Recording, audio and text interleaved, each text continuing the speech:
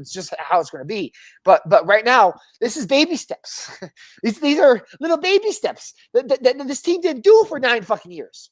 9 fucking years. I look at so many situations around the league. Like Cincinnati comes to mind. I look at like Cleveland comes to mind. I look at Washington before, obviously, that they made the coaching and ownership change. Like having an owner that A, believes in the team, A, puts money into the team, and B, believes in a coaching and general manager staff, it goes a long way. And having a coach that implements his own system, I cannot – every single year of the show we've had, I've said this. The Broncos have a losing culture that they need to fucking get rid of. There are guys on this team that built a losing culture, and it's going to be a tough pill to swallow watching them in a different uniform, but it's going to be needed for this team to overcome it. Love Justin Simmons. Was part of that problem. Draymond Jones, great player for a long time, part of that problem. Jerry Jeudy, great player, part of that problem. Like you go down the list of guys that Josie Jewell, great player, great person in the community, part of that problem. Like those are guys that we have ties to because they did great things for our team, but they were part of a losing culture. And Sean Payton has brought in new young web players, new young head coaches, or new coaching staff that are hungry to develop young guys and make careers out of themselves. Like I look at like players like Chris Abrams of Durham, the cornerback out of Mizzou that obviously replaced Levi Wallace. He led up one catch for 10 yards, and he was in coverage for 20, 30 plays. He was fantastic, and a guy that has to step up when Riley Moss is out, or step up when Pat Surtain is banged up. Like this defense is full of unknown players that Sean Payton has just molded into Vance Joseph's defense. His offense, we're seeing the early stages of his offense, right? We are not seeing its full potential. Like when this offense gets, frankly, a reliable number one running back in this draft next year, gets a reliable, electrifying receiver. Courtland Sutton is a great receiver. He's done great things with this team and been really, really solid. But you get an electrifying receiver in the draft next year, or an electrifying tight end that is a game changer for this offense, to compare with a good offensive line, a good running back too. This offense can be opened up so much more. That's the thing is like when your offense is playing as poorly as it has been, but your quarterback is making not dumb mistakes, but making rookie mistakes that he can overcome. You have this confidence not only going into this year in the playoffs possibly, but going into next year, going to the year after that, to be like, you know what, like we get pieces here, we get pieces there. This is a team that can put it all together and compete in the AFC. And look, that's what we've been asking for 8 fucking years. So we've been asking for 8 fucking years since 18 retired, and chose and still loves us more. By the way, like it's wonderful time being a Broncos fan. There was a lot of fights that were about to be started over that yesterday. Don't you worry. Every single Colts fan around us, and more specifically the 2 fucking jackasses who were 2 rows in front of us, who are 49ers fans, by the way, who don't give a fuck about the Colts, who just care that the Broncos lost, cheering that hard. Oh, don't worry. I made sure they let them know. Let them know who the fuck runs this. I bet you we both have the same reputation. I was wearing my Tebow jersey, and I had a few in me, so I'll leave it at that. Oh, Jimmy, don't you worry. My Pat Surtain jersey is undefeated. Like I've worn my Pat. You chirp. I want to put this out there. I was getting a reputation, and they started calling me Tebow because they saw the jersey that I was wearing. But every time one of their offensive linemen held, you know me. Come on, move your feet. That's the only reason they're talking about you. They can hear me. They can hear me from my seat. I know they can hear you. They can hear me. I wish I was doing the same. I didn't have that much to say about the Panthers. I have a lot to say about the Colts. I called Anthony Richardson Mr. Guaranteed 2 picks, and guess what? Guess what? He did it. Jimmy, I was yelling at Joe Flacco to start warming up because he was getting tired. I made sure Jonathan Taylor heard me. Don't you worry about that. I made sure he heard my ass. So it's look. It's fun. It's fun wearing orange and blue again. It's fun having a team that plays a style of football that you can be proud of, a style of football that you know that this is going to be something you build upon, that can go a long way to years and years of success, and where you're not just one hit wonders. Like this is it's such a fun and great time to be a Bronco fan. It's like, look, that's one of the worst games we played all season. We frankly should have been down 27, but you went 31-13. Yeah. That is a kudos to your defense. That is a kudos to your special teams. That is a kudos to Bo Nix, and this is a big kudos to the coach of the year in Sean Payton. Well, let's continue to roll this thing in before we get into all our picks, our pick 'em. Updated standings. We both went 5-1 last weekend. We had different games that we lost. Nico's 57-23. I'm 50-30. He has a 7-game lead. I did nothing changed really because we had the same exact record. So I tried, I failed. This is presented by Find the Good Brand. Go to findthegoodbrand.com. Use promo code BENCH, BENCH, and you'll get 10% off at checkout. You can still get gifts for the holidays coming up, hoodies, sweatshirts, hats. They do also a lot of work with mental health. I'm going to say this every time that we talk about them. Find the Good Brand, helping you through the good days, the bad days, the rainy days, the ups and downs, whatever else that stands between you and a smile on your face. They also donate 10% of all their proceeds to Mental Health America. The Broncos and the Chargers. Chargers are 3-point favorites at home. We saw them this past weekend extremely banged up. That running game is not what it needs to be without J.K. Dobbins. Justin Herbert is hurt. So as soon as he gets touched, it's going to be pins and needles whether he's going to be able to play. It's a short week. And Sean Payton, here's the thing that a lot of people might not know. If you're a Bronco fan, I'm sure that you know this. Sean Payton and Bo Nix asked for this game. The NFL came to them and said, hey, could we possibly flex you to Thursday, knowing, and Sean Payton did this strategically. Yeah, it's another game that you have to play on a short week, but you get the mini bye, and then you get this crazy ass. A lot of the teams, like the Chiefs, I mentioned already, they're playing 3 games in 10 days. You get a little bit of extra rest having to play that earlier this window. is a team that's had the late bye too. Like let's not forget that we had our bye week last week. It's crazy to think about. So this is like I said, you get a little bit more rest before you get into that playoff run, Sean. And like I said, this is a game where you can lock things up. Right, this is a game where Sean Payton is telling his guys, you go balls to the fucking wall here. You go balls to the fucking wall here, and you give it your all because we just had a week and a half, 2-week break after the Monday night game against Cleveland, right? And now you get to play 2 games in 5 days, and you're already saying you already took care of business number 1, which is beat the Colts, have that tiebreaker, have the 3-game lead over the next team in the wild card. Now you put your statement on the fact that you can be a 10-win football team. You'll be in the playoffs. You're a force to be reckoned with in the playoffs when you go into, as I put quotation around that every single time, Los Angeles and play a quote-unquote road game. And I'll continue doing that. You're going to piss that Chargers fan off really bad. That one which Chargers fan. Which one? Like, where are they at again? One. The only one. That's right. The only one. Hey, you're going to piss Judge Judy off, okay? And your father works in the legal system, so I don't know if you want her on your ass. I guess that's fair. But yeah, look, this is such a big game because you don't want to go into Cincinnati 2 weeks from now because look, Cincinnati's dangerous. Joe Burrow's been very dangerous. You don't want to go into that game being like, "Fuck, we're gonna win these next 2" because the way things are going. Like you don't want to have that conversation. You want to be like, you know what? If things don't go our way, we're still in. We're still fighting for seeding. Do anything. You want to go into those last 2 weeks against the Chiefs, against the Bengals, where you're thinking to yourself, okay, we have our spot solidified. Now we just need to see what makes sense for us. Is it Pittsburgh in the first round? Is it Houston in the first round? Is it Baltimore in the first round? Because they could still win the division still. Like where is the best course of action for this Broncos team to try to get in to spot in the playoffs? Because that's what you're fighting for, and that starts with Thursday night football. And look, I go back to that game earlier on the season when we played the Chargers. Didn't have Surtain. Riley Moss was the game. That's the game he got banged up in, and Justin Herbert just fucking exposed the backup. They did make a comeback in the second half. It was a bad start. That was probably the flattest that they've started, but the second half was. They were in it until the very end. What I need to see from this team on Thursday night, I think is the biggest focal point is I need a running game that is sustainable because Javonte has done nothing for me. He has done nothing for me. Jaleel is shifty. He can move the ball really well. He's too small. Estime has had flashes, but really hasn't had a full consistent game either. I need one of those guys to have a statement game because John Harbaugh is going to try to do that on the other side. And I think Sean Payton's telling Bo Nix this too, is like you make mistakes like Will Jordan Humphrey did in the first possession, like that first matchup between these two teams, where you fumble the ball at the 50-yard line, giving Justin Herbert the full field on the first drive. Like it's little things like that where you can't make mistakes against a good coached team.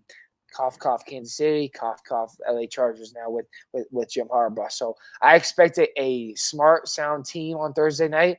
Like I said, Bo Nix needs to wash away the mistakes he did and learn from those mistakes he did against the Colts, because he's playing a defense that is going to be better in the Chargers, and a much more sound defense, and a much more sound team in general than the Colts, and a team that's not going to fucking make trick plays to go touchdowns the other direction, and have their quarterback get tired so they have to have their receiver throw the ball, like things like that. Like, you're not going to have that face against the Chargers. And the Chargers, obviously, the game past week where they lost, I forgot who they lost to. They did lose last week. Like, they've been on a little bit of a skid, and they've been on a little bit of skid. If you're able to get them at the right time, get 5 wins in a row, and be able to coast into that Bengals game, into that Chiefs game where you're solidified. Chargers got whooped by the Bucs yesterday. Buccaneers, 40-17. The Bucs put it on them, and this is a Bucs team that is very, very dangerous too, man. That's a good football team right now.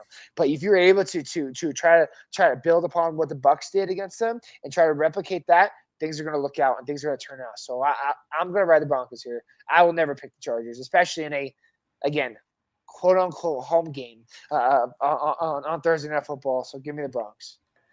I like the defense in this matchup. I think that they're going to expose the injuries that the Chargers do have, and they're not going to be able to be as explosive. And you mentioned it, the sudden changes, the quick turnovers.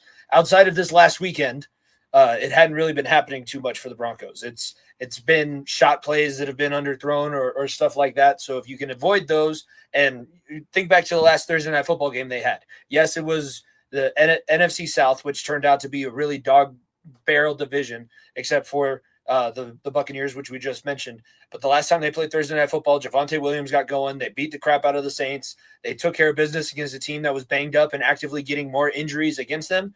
I think that they're tough enough. They're ready for the situation. And I think the line, both offensive and defensive, because their defensive line is a little bit banged up coming into this matchup, that's going to be the biggest X factor, keeping Bo Nix upright, getting after Justin Herbert, shutting down that terrible run game now that J.K. Dobbins is out, and we'll see where it goes from there. I also do want to shout out Joe Alt. I want to mention him because he's a guy like Penei Sewell coming in and being a really good player early on in his career. Not often that happens at the offensive line position, but we're both on the Broncos for Thursday Night Football.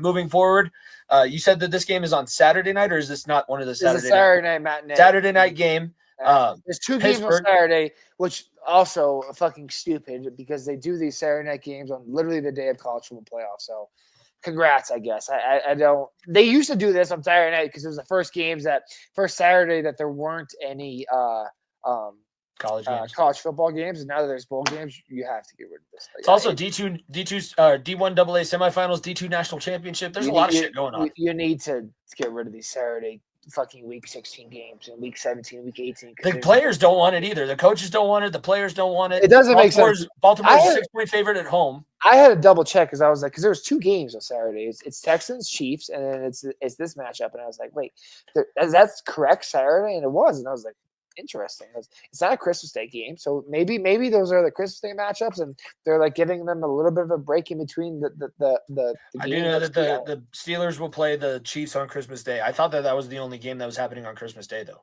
So maybe I'm wrong that way, but it's such a weird Saturday night thing. That really screws over the Ravens and the Texans having to play a day early. I mean, yeah, I get it. Maybe at this point, I've heard some players say at this point in the season, you almost rather have the games come really fast because then you get the walkthroughs in practice. You don't have to beat yourself up in the middle of the week anymore, and you have to get yourself ready for the game. And as long as you can get yourself healthy enough to play in the game, you know that those doctors got those magical pills and the syringes in the locker room if it truly comes to that.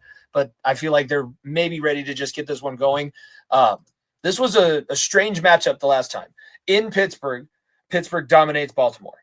Pittsburgh is coming off of a very terrible loss to Philadelphia. But if you look at the history of those 2 teams, Pittsburgh never wins when they go into Philadelphia, and they're banged up, and without George Pickens, they have nobody to go against that defense. And even with, I think the secondary picked up another injury with Slay for the Eagles, and the Steelers still weren't able to do anything with it. Looking at this one, since it's the home game and the Ravens do have a chance to tie up the division, and I don't know what it does with tiebreakers if you split the season series, but they got a game back last weekend. Now you get to handle your own business and possibly push yourself away from that wild card spot, because I don't think that they're a team that wants to go on the road. We know that Lamar Jackson struggles to play in the playoffs. You can't tell me that he doesn't want to have at least home field advantage for the first round of the playoffs, and we'll see what happens from there. I think that Baltimore's got this one pretty handedly because I don't know if Pickens is coming back, but it just seems like that team is running out of steam actively as we speak. Pittsburgh is hitting their worst stride of the season. Obviously, they get shellacked by the Philadelphia Eagles, and they are a team that, like I said, I'd love to play them in playoffs. I don't necessarily want to play Baltimore again, and it would frankly do more justice for the Steelers to win this game in terms of the Broncos having postseason success. But the Ravens are a much better football team, much better sound right now. Pittsburgh is seeing what Russell Wilson does to a team in the year 2024 and making dumb mistakes, and their defense is frankly struggling a little bit. TJ Watt's had been very, very solid still, but their back end is struggling. He got injured at the end of yesterday too, possibly an ankle sprain. Exactly. AJ Brown and Jalen Hurts were cooking those DBs, and Philadelphia was kind of able to do whatever they needed to against this defense. So that Pittsburgh defense is getting more holes in it. Baltimore is a better team overall, and I really do think that they'll get the win. And like I said, I want to win this pick 'em, so I'm going to continue being smart about these picks. But obviously, it'd be better for us, I think, if the Pittsburgh won. Well, speaking of games that would be better for us, we're split on the next one, and I'm going against what I've been saying because it looks like DTR is going to be playing against the Cincinnati Bengals. He might go off, but I feel like if you're playing against DTR, honestly, I don't know. Jameis Winston threw three picks and got benched for Dorian Thompson-Robinson. Dorian Thompson-Robinson comes in to save the day. He throws another interception, so you got 4 total on the day for the Cleveland Browns. I was kind of talking about it. I talk about it a little bit more on Ohio Sports Talk. I'll be on with Jordan. We'll get into the specifics of this game. This is my first time with the Battle of Ohio on that show. But you feel bad for the fans. You can't feel bad for the team because, like seriously, the fans are not the ones who were. Nobody was clamoring to bring in Deshaun Watson. They're clamoring to upgrade the quarterback after Baker. Yeah, but nobody was begging them to bring in Deshaun Watson and sign him to a $240 million guaranteed contract. That's the whole crux of this situation. You screwed yourself with the contract that you signed, and then you screwed yourself even worse when you just refused to pull the trigger. I know that it's a lot of money, and it's going to suck for a couple of years, but you're going to be the same product on the field now that you would have been if you cut him. The Broncos are making the playoffs 1 year after cutting the $50 million cap hit. Like this. I understand Cleveland is not. Maybe Cleveland is probably better off right now than we were last year. If I were to put in perspective, like I get Deshaun, like not saying money wise, but like team wise. Like you have Myles Garrett, you have Jerry Jeudy, you have number one receiver, you have a defense that could be very, very good sound. Nick Chubb looks like his career should be done. He broke his foot. Like it's time for Chubb to hang him up. Great career, but it's time to move on from him.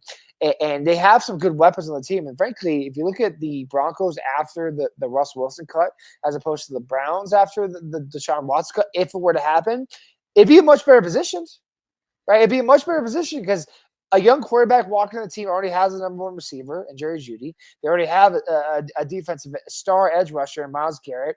You have a couple of defensive pieces in Denzel Ward and company that could be decent, that could help this defense along the way. You have a good head coach in Stefanski that has made everything out of nothing with that team. You just need to bite the bullet. I'm serious. You have every team needs to start learning this. It's better to move on. Like Belichick had it good where you can move on to a year too early and maybe they have one good season. Like he loses to Laurie Malloy after he trades him to Buffalo in week 1. But by the end of the season, they had the money that they needed to make whatever moves. You just got to learn how to bite the bullet and rip the Band-Aid off. These teams don't get better from sitting around in bad situations. My other team kept Marvin Lewis around for 17 years. Knowing what his cap was and knowing what the team was underneath him, and they just wouldn't bite the bullet. There's still seismic aftershocks coming through this game, which I believe is the reason why you're picking. I know the reason why you're picking against the Bengals because it helps out the Broncos' chances. You go ahead and give your reasoning as to why. And this is a spoiler alert for the last game we're picking too. I threw these two big games on here for the reason that obviously we're a Denver show, and then we got to talk about it a little bit more. But I don't know. I have to give myself a little bit of hope and thinking that, even if the Broncos fumble the back Thursday night and lose to the Chargers, that the Bengals the Browns or the 49ers could help us out a little bit in that aspect and give us a little bit of cushion room where we still are able to clinch and make a lot of season. Yeah, it could come out to a loss. But like I said, we're looking at a situation where you win. Obviously, you're in no matter what. But why? But if you lose to the Chargers, if you lose to the Chargers can not only jump you, then you get into that tiebreaker situation with the Bengals if you lose to them, or that situation where you have to we have to try your hardest against Kansas City last week of the year where it could be bad. Like, Bengals are a hot football team. They score 50 points a fucking game. They still give up 40. You just don't want to get in a fucking shootout next week. And I will continue emphasizing this. Do not get yourself into a shootout next week because you have to. Just take care of business the way you can, and I'm trying to give us a little bit of safety room. And I have games to give up in this pick'em, so that's why I don't give a fuck. Wow, so, there it is, ladies and gentlemen. I got 7 games. I'm sorry, Jimmy. I got 7 games. That's all I'm gonna say. You're picking with your heart. You're not picking with your brain. I know what you're doing. You're picking with your heart. I've done with my mind quite a lot. I've won 3 out of these 4. There's going to be 3 out of these 4 if I win this pick'em. Frankly, if I win this week, I think if you don't get like 2 or 3 games on me this week, I win. So I just wanna be able to be safe here for the Broncos and give me a little bit of hope. So I'll take Cleveland and hope that I guess Dorian Thompson-Robinson has a career game. I seriously think Jameis could throw for 500 yards against defense. I do think that could happen, but if they are going with Dorian Thompson-Robinson, I do have my doubts about them winning. But I don't know. I guess I'll just ride Cleveland in hopes that we can just lock up a playoff spot this weekend and not worry about it. I think the interesting part about this game is no matter what, it's going to be very similar to this Titans matchup. The Bengals were down early against the Titans, but then Will Levis remembered who he was and threw 2 interceptions. And the Browns may do that. And if they're going to get into a game like they got into with the Broncos on Monday Night Football with the Bengals, I think Joe Burrow would welcome that. Like, Joe Burrow might throw for 800 yards. There's a better chance that happens than a 6-6, 9 or 12-9 football game like we had on Thursday Night Football. God. No, that'll hopefully never happen again. I don't know what the weather's going to be like. Like I said, I'll talk more about the Battle of Ohio. This is an interesting matchup, but a touchdown favorite, and I think that it's warranted because whether it's Jameis or whether it's DTR, they will get interceptions, and the defense will actually get some possessions where they don't give up a touchdown. It's very rare. I mean, Bengals fans, trust me, it can happen. You can have a defensive series without the other team reaching the end zone. And you can also get a turnover with carrying the ball in the end zone. Cough, cough, Bengals fans. Not John Taylor wasn't the only person to do that this weekend. Well, yeah, that was rough. We'll talk about Jonathan Taylor's situation a little bit more after we finish up our picks. Moving forward, the Eagles and the Commanders. I believe the Eagles would, I don't know if they've already locked up their division, but if they win this weekend, I think that is pretty much sewn up for them. They're still chasing the 1 seed, and the Lions losing yesterday to the Bills helps them out quite a bit. 3.5-point favorites at Washington against Jaden Daniels. They've already beat this team once, and with the way that these two teams played yesterday, it's weird doing this show on Mondays now because normally we've had a few days to digest everything that happened on Sunday. The Saints almost came back with Spencer Rattler to beat the Commanders, and the Eagles handled their business against the Steelers, who is another division leader. And did you see that clock at the end of the game? Maybe it was just the TV clock and the actual. It was the scoreboard clock in the dome. The dome clock stopped when it shouldn't have stopped with 9 seconds left, and nearly gave the Saints an entire new play. Something stank over there is all I'm going to say. That smells a little That's the same stadium that half the lights went out during that one Super Bowl when Flacco was on the way to dominating to the Super Bowl championship. And you know where the Super Bowl is at this year. Same place? Well, I mean, there's voodoo out there in New Orleans. There's voodoo down there in New Orleans. Yeah, but look, I'm not going to put that loss or that close winner against Washington because I think Jaden Daniels has proved that he's probably the best quarterback in the draft class. 21 points left on my bench. He's been very, very solid this year, and the connection between him and Terry McLaurin, man, that is what a number one receiver does to a guy because Terry McLaurin is he had kind of a down year, obviously, with Howell last year and really struggled to find a lot of footing being an elite receiver in this league. But now that he has a quarterback that has the arm Jaden Daniels has, that has the trust and the connection those two have, the man has 3 games with 2+ touchdowns. There is a match made in heaven for those two guys. And Terry McLaurin is loving his connection with him and thinks he can go a long way. But Philadelphia is one of the best teams in football right now. Philadelphia, was it 9 straight, 10 straight now? They've won it. It is. They are on a tear. They are And an they can beat you absolute running tear. it, throwing it, because 2 weeks ago they couldn't throw the forward pass and they ran all over the team that they beat. And then this past weekend, Saquon's getting bottled up a little bit. Josh Allen's taking over him in the MVP conversation, and Jalen Hurts threw for 292 yards and 2 touchdowns. The Eagles are saying, what media personalities do we want to fucking prove wrong today? 2 weeks ago, it was that Saquon's not getting enough touches and he fucking ran for 300 yards or whatever it was 2 weeks ago. Last week, it was that AJ Brown and Jalen Hurts don't have a connection, that they're pissed at each other. And Jalen Hurts said, "Hold my beer." And literally in his post-game press conference, you can see him say, "Is that what y'all wanted to see?" First thing he said as he got to the podium, I was like, all right. I mean, he bodies Philly. Dog. He bodies Philly, and Sirianni has done a great job with that team. I thought he would have coached him out of himself a job by now, but he's done a great job. And I don't know if he's staging fights on the sideline to fire his team up, because I think that could be a real possibility that's a thing, because his coaches him getting into a scuffle makes no sense for a team that's 110 straight, but maybe he's trying to get his team fired up. I don't know. I would not be surprised if it came out that was staged at all, is all I'm going to say. But this Eagles team is playing good football. And like I said, it's oh man, the NFC is really, really good this year. Like I think it's really, really solid. There's a lot less eliminated teams in the NFC than the AFC this year. Like you look at the NFC North with Minnesota, Green Bay, and Detroit playing really, really good football. Buccaneers obviously shellacked the Chargers, and then you look at what the NFC East is doing, and the Eagles are easily the hottest team in football. They are picking and choose. Their defense is playing sound football. Quinion Mitchell and Cooper DeJean, not because I'm white, I can say DeJean, not DeJean. But like they are playing great defensive football in Philadelphia. They're clicking on all cylinders offensively. They're looking like the team from 2 years ago that made the Super Bowl. Let's not forget, and lost to the Chiefs. So the NFC is getting tighter and tighter. The Eagles are, man, like I said, if Detroit has to go into Philly for the playoffs, man.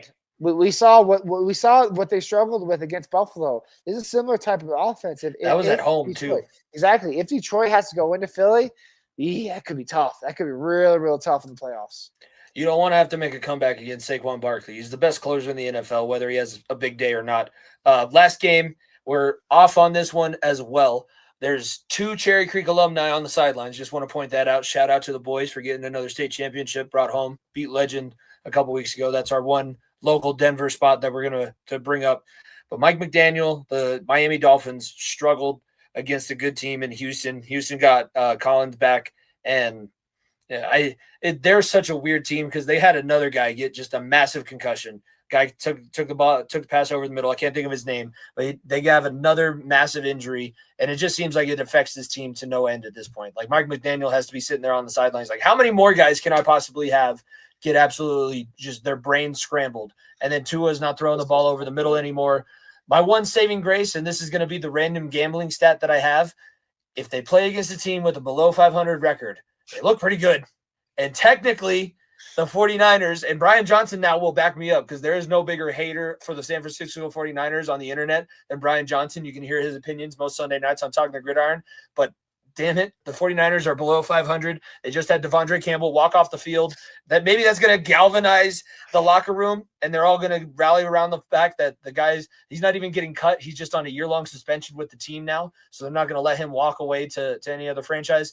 I'm going with the Dolphins to beat up a shaky 49ers team. This is a game that I'm hoping to get back. Let me make it very, very clear. I do not claim Mike McDaniel. He went to Smoky Hill High School. Kyle Shanahan went to Cherry Creek. So I will make that very, very clear before I say that. I claim him as a Coloradan, and that two guys who grew up in the same or roughly the same He was area. the ball boy for the Super Bowl champion team. He was Kyle Shanahan's best friend. Exactly. So 2 dudes that know each other very, very well. And it's not his fault his mom couldn't live in the right zip code. And look, the Dolphins are playing this game in a warm scenario and at home. And San Francisco has got to be the softest team in football. I called them last week. They're the softest team in football. And it proved me correct when one of the linebackers said, "Peace out, I'm out," saying I'm done. You look at it's. I'll talk about Devondre Campbell more here in a moment. But like, it's such a crazy thing to do for a team that just won or won the NFC last year and was 1 win away from winning the Super Bowl, right? Like I am begging Tyler McGurk to come back on the show and defend Brock Purdy after this year. I'm serious. I'm begging you because he's not the MVP of this team. He's not. He still isn't. It's still Christian McCaffrey. Shanahan needs McCaffrey to be successful. Everyone knows it. It's just the formula that works out that way. Look at Mike and Ed. Okay, it just works that way. Kyle needs Christian to be successful. And man, like this is a talented roster for the San Francisco 49ers. Deebo Samuel was saying, I just need to get the ball more. Okay, you got the ball more, and then what happens? He scored 4 points. Scored 4 points and dropped a wide open slant where he could have housed it. But he just needs to get more consistently involved in the game plan. He hasn't seen that many passes over the last few weeks. He just can't keep – you can't expect a professional receiver to catch the ball. This team has so many damn prima donnas. If I was George Kittle, I'd be losing my fucking mind. If I was Ricky Pearsall, the guy who got shot a month and a half ago. Ricky Pearsall got shot, and he still played more football games than Joel Embiid has played basketball games this year. And he's also – being more active, and look, I'm not wishing this on anybody, but Tre'Davious Ward unfortunately had the untimely passing of his son, and he's still playing hard for this football team, and not what Devontae Campbell's doing. You could see that emotion on his face. He's playing so fucking hard and playing so well. Could not believe that Campbell was willing to do that. You give credit to the 49ers. I know that we said they're the sausage team, but they've had guys that have done this. They had Marquise Goodwin do that after his wife, they lost their baby. Trent Williams is trying to get back from an injury, and also, yeah. But they just had a stillborn baby, and that has to be even worse than losing a child after they're born because you never even get the ability to see them. Like, and we've said this over and over again. Life is so precious, and when you have guys relying on you and guys, and that just shows the character of Tre'Davious Ward and how strong and great of a man he is, and willing to put his life on the line and a game on the line, everybody on the line every single week, even though he's going through all these unfortunate circumstances where I hope he's able to heal from. But it's just one headache after another with this 49ers team. It's one headache after another. And I'll continue to say it. If the 49ers have a chance to go get an elite quarterback out there, they should not hesitate. I am continuing to say that like Brock Purdy is showing to me why he's a 7th round pick still. Like he is outperforming what a 7th round pick should do. There's zero denying that. He is outperforming what any 7th round pick quarterback outside of the obvious one exception, Tom Brady, has ever done, okay? And he is doing great things from that position, but he's also still proving to me why he was that low a draft pick.